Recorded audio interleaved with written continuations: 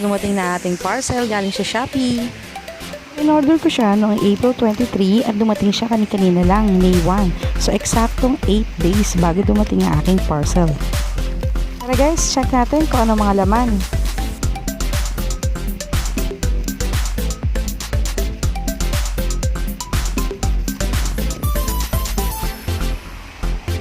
Hi guys! Welcome back to our channel, and for today's video, mag-unboxing tayo ng vlogging equipments na in-order ko sa Shoppe. Okay, so sa loob ng package na dumating ngayon lang, meron tayong 5 items. Unang item, itong mini tripod. Yan. So ang brand niya ay Ulanzi mini tripod na meron ng ball mount. Unlike yung iba na nakahiwalay ito. Yung iba kasi nakikita ko So ayan. So meron na siyang kasamang ball mount. Yung iba kasi bumibili mo na ng tripod and then another purchase nila yung ball mount. So itong item na to 2-in-1 na siya. Nandiyan na yung tripod mo tsaka yung ball mount mo. Okay.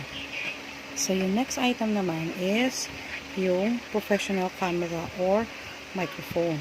So, bakit ba kailangan itong professional microphone? So, kasi okay rin lang naman kung mag-vlog ka na gamit mo lang yung normal na cellphone mo na ang gagamitin mong microphone ay yung internal microphone. Kaya lang, dahil sa sobrang liit ng microphone mo ng cellphone, hindi masyadong maganda yung audio mo. So, kung nag-vlog ka, syempre, gusto mo maihatid mo sa audience mo yung malinaw na audio kasi hindi nila may enjoy yung video pag hindi maayos yung audio. So kaya nag-avail din ako ng microphone. Okay, so meron na yung connector, so pwede siya, suitable siya for camera, cellphone, mobile phone, or voice recorder. So para sa akin, gamit ko ay microphone. So tingin ko naman compatible siya. So mamaya open natin siya. Okay. So second item yun. The next item, ito. So yung Ulanzi cellphone holder. So napansin ko lang yung weight niya mabigat. So parang iba din yung tunog eh. So parang hindi plastic eh. So let's see mamaya. Okay. So kailangan may holder. Okay. So next item naman, itong LED. Mini LED video light. So bakit ba kailangan nito? So, para mas maging maganda yung quality ng video mo, syempre, minsan, kung saan ka pupunta, minsan hindi maganda yung lighting. So, hindi makakapture ng lens ng camera mo yung maayos na view. So, kailangan natin ng mini LED video light. Okay. And then, last item, yung panlima, itong camera vlog microphone called shoe mount. Okay. So, parang ito yung pagka-connect niya sa ilalim para mag-connect yung ito yung isang mount para mag-connect si microphone tsaka si LED light. Okay. Okay. So, yun. So, let's start. Unbox na natin isa-isa. Okay. Let's see this one.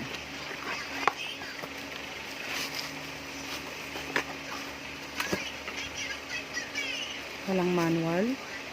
Pero makikita mo naman dito sa box niya ay okay, 14-inch.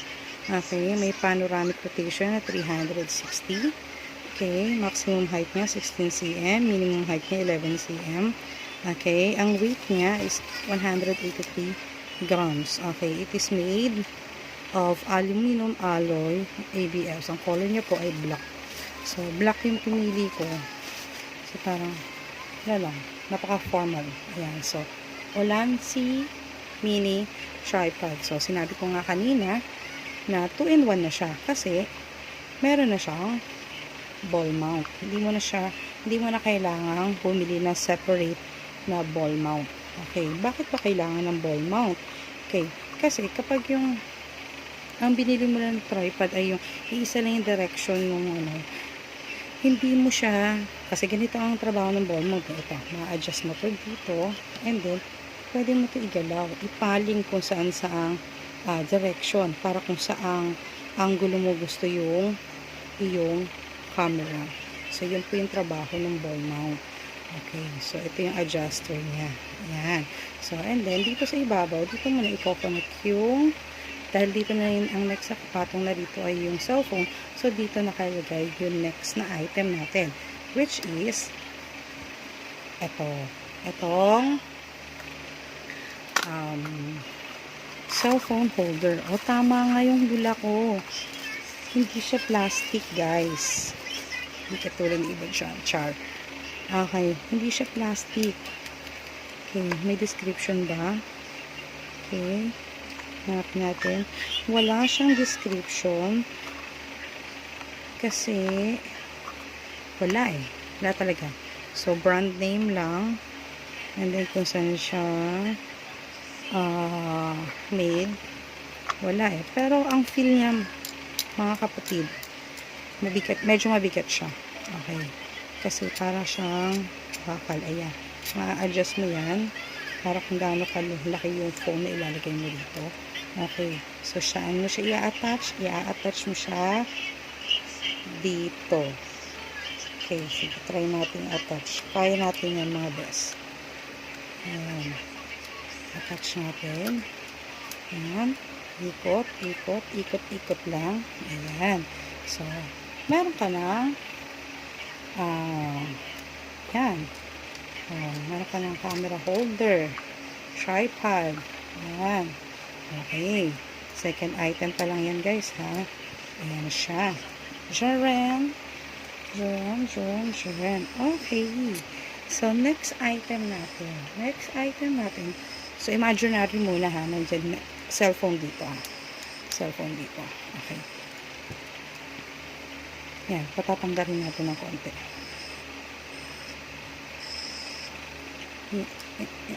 Yan. Okay.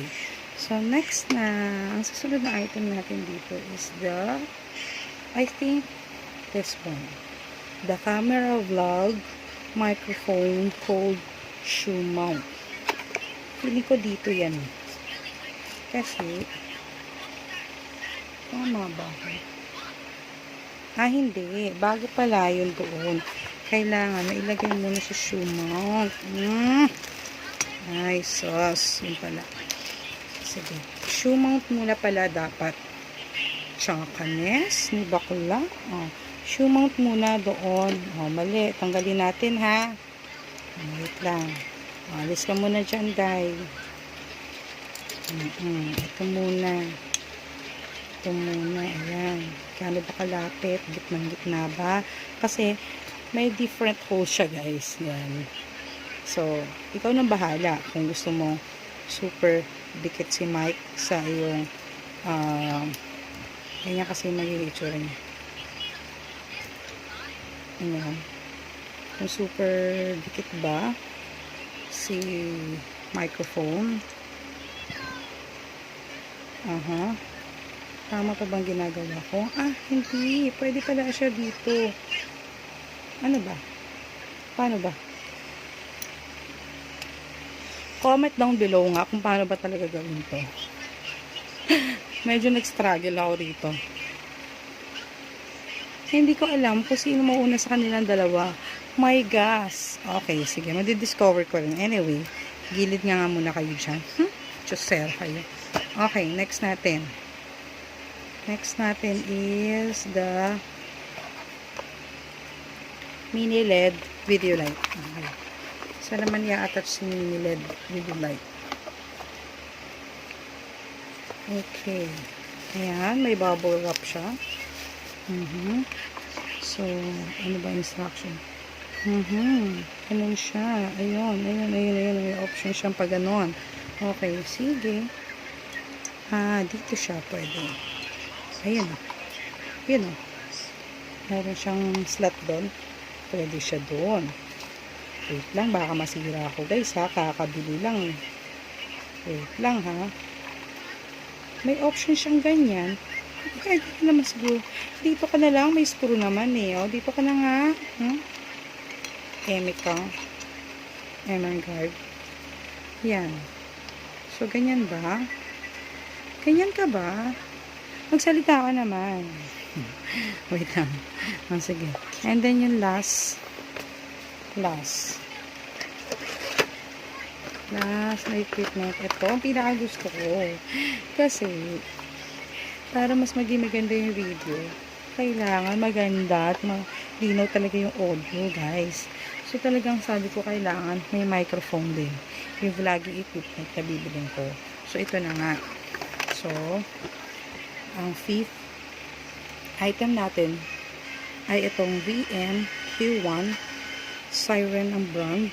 Professional on-camera microphone. So, anong mga features niya? Customized microphone, flat frequency response, patented shock mount, may shock mount siya, low self-noise, super candioid recording pattern, all-metal microphone body.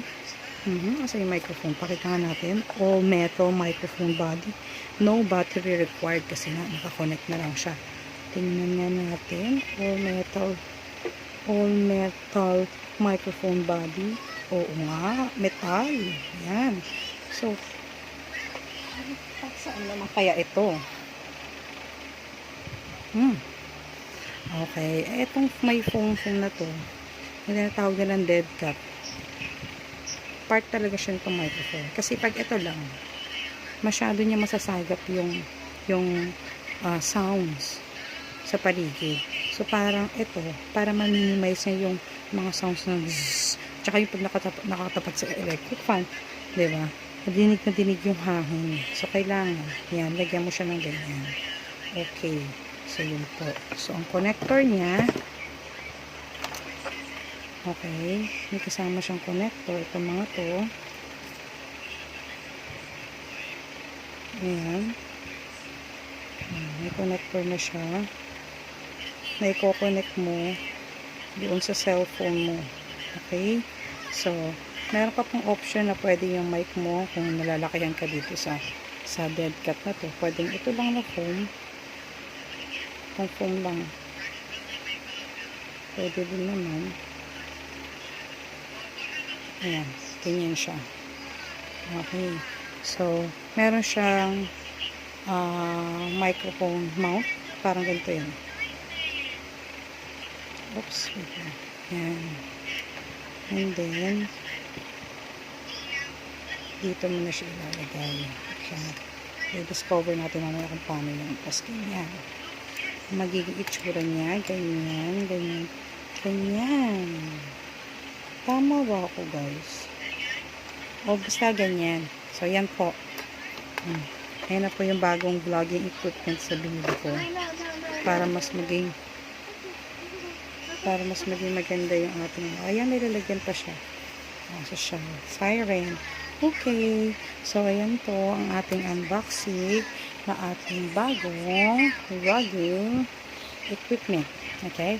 Sana sa mga susunod na mga video namin, makikita niyo na mas magiging maayos na yung quality dahil dito sa mga binili ko. Okay? So, till our next video, guys. See you. Bye.